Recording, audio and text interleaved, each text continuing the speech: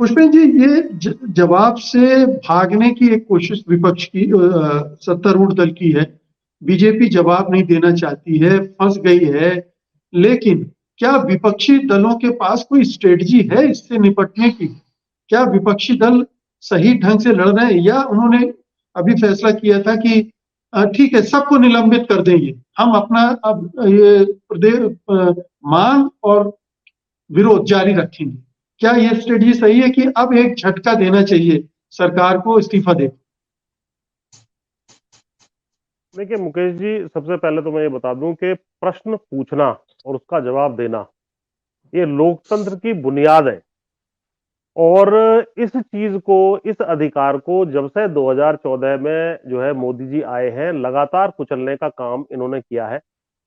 उसको अनऑफिशियल तरीके से भी किया है और एक तरीके से अब संस्थागत रूप भी इसका दे दिया गया है।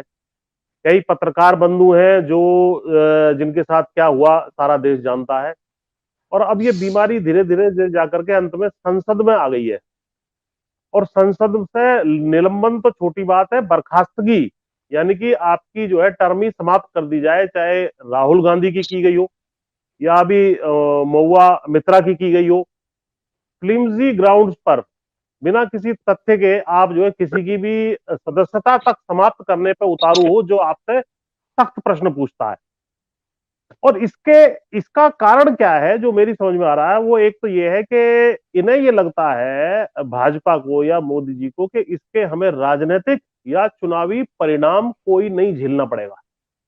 यानी जनता इस विषय में आपको, इस मामले में वोट ना दे या आपकी वोट परसेंटेज बहुत जबरदस्त गिर जाएगी, ऐसा इन्हें नहीं लगता।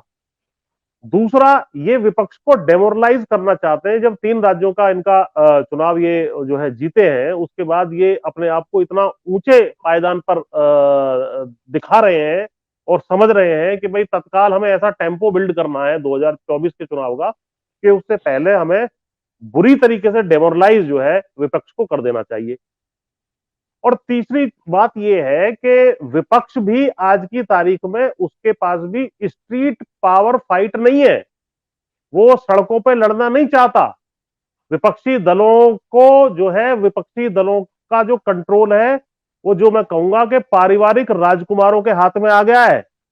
और पारिवारिक राजकुमारों के अधिकतर की फाइलें वो उनके पास खुली हुई हैं।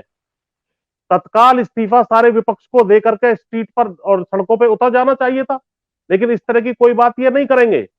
नए लोगों को जोड़ना, नई लीडरशिप को तैयार करना, जिस तरीके से मोदी जी कर देते हैं, भाई कार्यकर्ता पीछे खड़ा है उसको आकर के आगे कर देना, उस तरह की बातें इनकी तरफ से बिल्कुल नहीं हो रही है। तो इस सूरत में आप ऐसे ही परिणाम, और जनता की आंखों में धूल झोंकना हो या जनता को कन्विंस कर लेना हो, चाहे राम मंदिर पे कर लें या मुसलमानों के खिलाफ करके कर लें या कुछ सांसदों को बाहर भगा के कर लें, या जो पहलवान आंदोलन में आपने देखा उस व्यक्ति को बर्खास्त नहीं किया गया आज तक, ब्रजभूषण शरण सिंह को। तो इस तरह की जो घटना है ये टेस्ट करते रहते हैं कि भाई पहलवान किसान आंदोलन हुआ लेकिन उसके बाद भी हम बम्पर जीत गए उत्तर प्रदेश में। तो कहीं ना कहीं इनकी कमी तो है ही, लेकिन विपक्ष के नेतृत्व की भी भारी कमी चल रही है आज की तारीख में। और जो नेतृत्व है उसको भारी सुधार अपने यहां लाना पड़ेगा। अब एक और लास्ट में एक दल और पारिवारिक राजकुमार वाला जुड़ गया है। बसपा ने अब क्या किया, सारे मिशन को जाकर के एक व्यक्ति को सौंपने का काम कर दिया कि ये मेरा उत्तराधिकारी होगा, अपने भतीजे को। अरे भाई, जो मिशन है, जो वोट है, जो वर्ग एक नेता को तैयार करता है या उसका समर्थन करता है, ये इसकी व्यक्तिगत प्रॉपर्टी नहीं है कि दलितों की वोट मायावती की जो व्यक्तिगत प्रॉपर्टी है वो जाकर के अपने भतीजे को सौंप दे और सारी चीजें ठीक हो जाए। इस तरीके से उस मिशन को आपने जो है सत्यानाश करने का काम किया। तो इसी तरीके से अन्य दलों में भी चीजें हो रही हैं। तो लड़ने की जो क्षमता रखते हैं उस लीडरशिप को आगे नहीं आने दिया जा रहा है। और ये जो पारिवारिक राजकुमार है वो 10 से 15 साल बर्बाद कर देते हैं और बाद में जाकर के वो चीजें दूसरे मोड़ ले जाती हैं। तो हमें कहीं ना कहीं लीडरशिप पे भी प्रश्न उठाना पड़ेगा और प्रश्न पूछना पड़ेगा।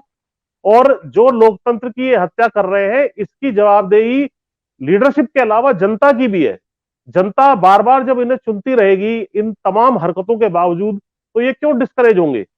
अगर इनको ये 3-4 राज्यों में हरा दिया होता तो वो स्थिति आती, लेकिन इन 3-4 राज्यों में भी क्या हुआ, इंडिया गठबंधन में आपस में ही इतनी ज्यादा कोऑर्डिनेशन नहीं थी या एकोमोडेट करने की बात नहीं थी, इन्होंने अखिलेश वखिलेश कह करके उनको क्यों दुत्कारा? और मैंने तो खुद राजस्थान के चुनाव में एक तीसरा फ्रंट बना करके, जिसमें चंद्रशेखर और हनुमान बेनीवाल थे, उसमें हमने चुनाव लड़ा। पहले हमारी खुद की इनसे वार्ता हुई, ये बोले 10 seat, 8 seat, 6 seat, 5 seat, 1 seat देंगे। तो ये किसी को एकोमोडेट नहीं करना चाहते, खुद ये लड़ने में सक्षम नहीं है, और जो है इस तरह के परिणाम आ रहे हैं। तो अब जनता तो दूर बैठे तमाशा देख सकती है। जनता इसका मतलब लीडरशिप से या इनके गठबंधन से कहीं ना कहीं संतुष्ट नहीं है। ये बात कड़वी है, लेकिन ये जी बात जब तक हम स्वीकारेंगे नहीं, सब चीजों को अपने सामने पर्सपेक्टिव में देखेंगे नहीं, हम बार बार वही गलती करते रहेंगे कि साहब मोदी ने ये कर दिया, मोदी ने वो कर दिया। जब तक वो जीत रहे हैं तब तक उनकी लोकतंत्र में कोई गलती नहीं बता सकता। वास्तविकता तो जी ये है। जी। सत्य हिंदी का ऐप डाउनलोड करें गूगल प्ले स्टोर पर।